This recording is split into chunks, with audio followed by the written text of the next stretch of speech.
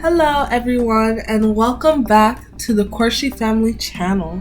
And today we are going to Cape Coast, or more specifically Cape Coast Castle. Now Cape Coast Castle is a very important landmark here in Ghana, and it was a trip that we wanted to make for a while now. So the last time we went to Ghana was about 10 years ago, I want to say, before this trip. So we had been planning this one for a while, and we knew that we most definitely had to go to one of the castles, whether it being Cape Coast Castle or Elmina Castle. Now sadly, we did leave early enough for the trip, right? Because we do know with Ghana and traffic, it is one and the same. It cannot be avoided. But this day we were able to avoid it. We did hit some very heavy traffic when we were in Kaswa, but once we left the main Accra region, it was smooth sailing. So the trip took about 2.5 to 3 hours coming from Afienya. So it was a very nice trip, very steady as you are seeing it here right now. Not a lot of traffic, very smooth. But as I was saying, we did want to go to both Cape Coast Castle and Elmina Castle. And then also while we were there, we wanted to visit Cancun National Park. But life got in the way, right? So yes, we did leave early. I believe we arrived there maybe around 10-11 a.m. But life had other plans. So we were unable to visit Elmina Castle, even though we could see the castle though from the shoreline, which was nice. But definitely when we're going back, the next time we come back to Ghana, we most definitely have to visit Elmina Castle as well. So as you can see here, we are at Winneba. So here in Winneba, I know we were saying it in the car, this is where the specialist college is that they've now turned into a university. And on our right, where that red car was, you'll see that is leading us to Suedru, and if you go left on the runabout, it's going to lead you deeper into Winneba. And then as we are going straight here, we are making our way continually to Cape Coast. So yes, the trip was very exciting, and a lot of news was happening in the car as well. Between mom, dad, grandma, everyone was just catching up on lost time and how Ghana has changed over the years, and we're talking a lot about family history as well. But in all this talking, food could not be avoided. Now here in Ghana, at least for me personally, when you see food on the street and you're hungry, you have to eat it. You have to.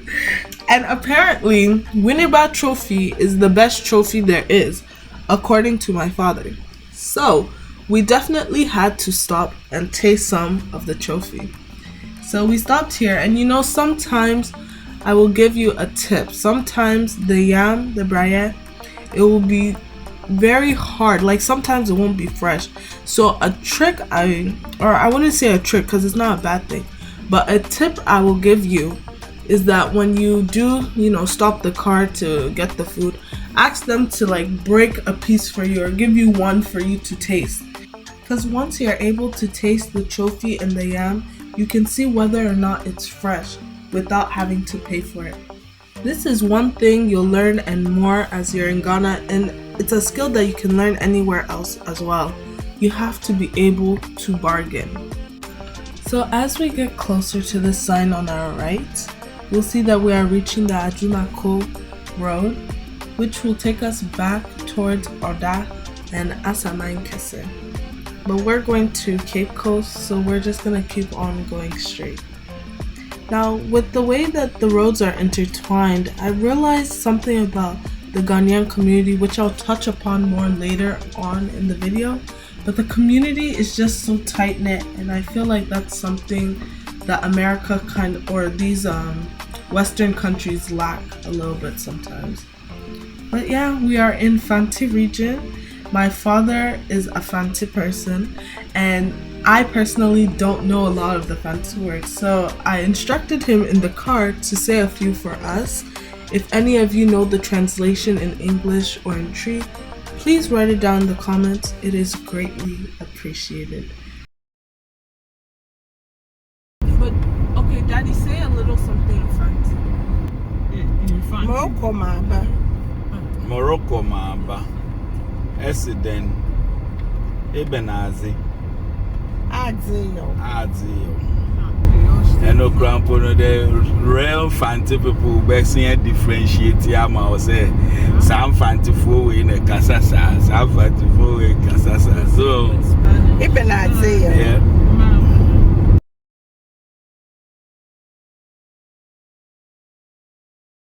Let us give a big round of applause to Mommy, Daddy, and Grandma, because I heard her speaking too in the background. Thank you so much for your voluntary service to us, the people.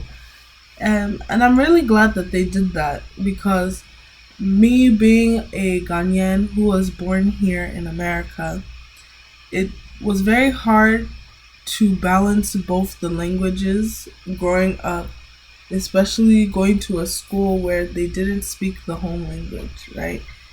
And it was very humbling to come back to Ghana and let that be all that I was hearing, you know? So I'm also learning to speak the Tree. I'm learning to speak a bit of Aigbe, although it's not as strong as I would like it to be, but the understanding is definitely becoming intermediate. So I'm so grateful to God for that. And again, any comments that you guys put in the comment section is greatly appreciated. It helps me, it helps you. So yeah, now the main course events. We have finally made it to Cape Coast. Now, one thing I will say though, even though this was a very highly anticipated trip for the entire family, the GPS began to bombard us at this point. And don't get me wrong, 10 years ago, I don't think there was GPS in Ghana. And if there was, either I was too young to remember it, or it wasn't functioning as well as it is now. I'm extremely grateful to God that there is a GPS system in Ghana. Otherwise, only God knows where I would be. The GPS began to bombard us, but if you guys ever find yourself going to Cape Coast, to the castle, one thing I will say is please take advantage of the people. And then what I mean by this is ask for directions. I promise you, the people will not bite. They will not you. They will not disregard you. They will answer you. I'm telling you, Ghanaians are one of the nicest people you will meet. To tourists and to people who live there alike, to natives, to foreigners and natives alike. They are extremely kind. Do not be afraid to put down your window and say, "Hey boss, ma'am, miss, please, do you know where I can get directions to go to Cape Coast Castle?" And they will tell you. Some of them will even walk with the car with you to show you where it is. Like, that is how nice they are to give up their time for you. So please, if the GPS bombards you as it did us, do ask for help as we did, because it is what allowed us to get faster to our journey, which is right here, the main course event, Cape Coast Castle. Now, when we first arrived, this is the building room. This white building that you are seeing right here with the stairs and the aboboya. That's it.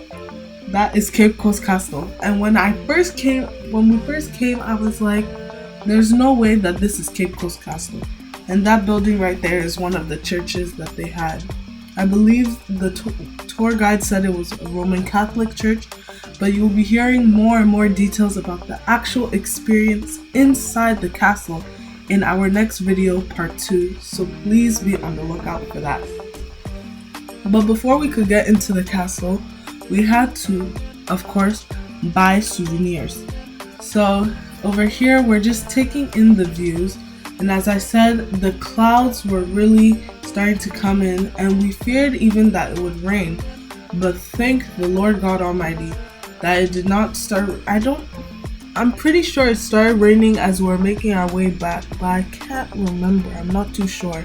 It probably rained in the afternoon after we had left, and then stopped in the evening when we made our way back to Kenya. But yes, as Daddy is recording our surroundings and the Atlantic Ocean right there behind us, where the ships would bring in the slaves or take the slaves away, Mommy, Alexis and I, my sister and I, we were looking for souvenirs to buy. Now, they had anything you can name: bracelets, beads, necklaces, clothing, hats, backpacks, bags, a lot of different things with a lot of beautiful designs. And another thing I would say is the design on a lot of these souvenir clothes are so unique and beautiful. Honestly, it never seems like one is the same. And definitely they use the same fabric. But one thing I love about African fabric is that you can cut a cloth the same way and get two different designs. And I love that about this place. Now, I personally did not buy a lot from here. I don't think Mommy and Daddy did either. I think they were doing something else here, and Alexis needed a bathroom before we started the tour. But all I can say is do take advantage of the stores around you. So now we are making our way into Cape Coast Castle, and you see they have a lot of stuff here too. They had some books for reading, like a mini library that you could buy some books. It was a very nice experience entering the castle. So I believe the tour lasted for an hour and a half or 2 hours, and in that time we put in an order for these bracelets, and I will see if I can find a photo of it and put it inside. But it had our names and the Ghana flag. Now at this part, I'm pretty sure that we were paying for the tour, but I don't remember the price, so I'll put it up on the screen for you guys to see. Now this is a 3D miniature model of Cape Coast Castle, and like I said, it is big. That array doesn't even do justice to the size. And in this room that we're in now, it is giving us the background details on what it is that took place at this castle. And whether you are African American, African from the diaspora alike, this experience is unmatched. It is unmatched. The amount of information we learn in our textbooks cannot compare to the darkness and the silence in the dungeons. Oh my gosh. It was just, there are no words. And as I said before, I will be letting the tour guide speak more on the next video to let you guys actually hear what was going on and understand the experience. But I don't want this to take away from actually going there. So if you can go, please do. It was a great experience. And this is the plaque of President Barack Obama when he first arrived at Cape Coast Castle. So yeah, that is the journey to Cape Coast. It was a long one, but it was a smooth one. I thank God every day that I was given the chance to go with my family and that we were able to experience that. If you guys like the video, please do like, share, subscribe. We really do appreciate it. And be on the lookout for the next video, part 2. Hopefully you guys learned something from this video, from the next one. And I love you all dearly so much. God bless you. And I can't wait to see you all in the next video. Bye.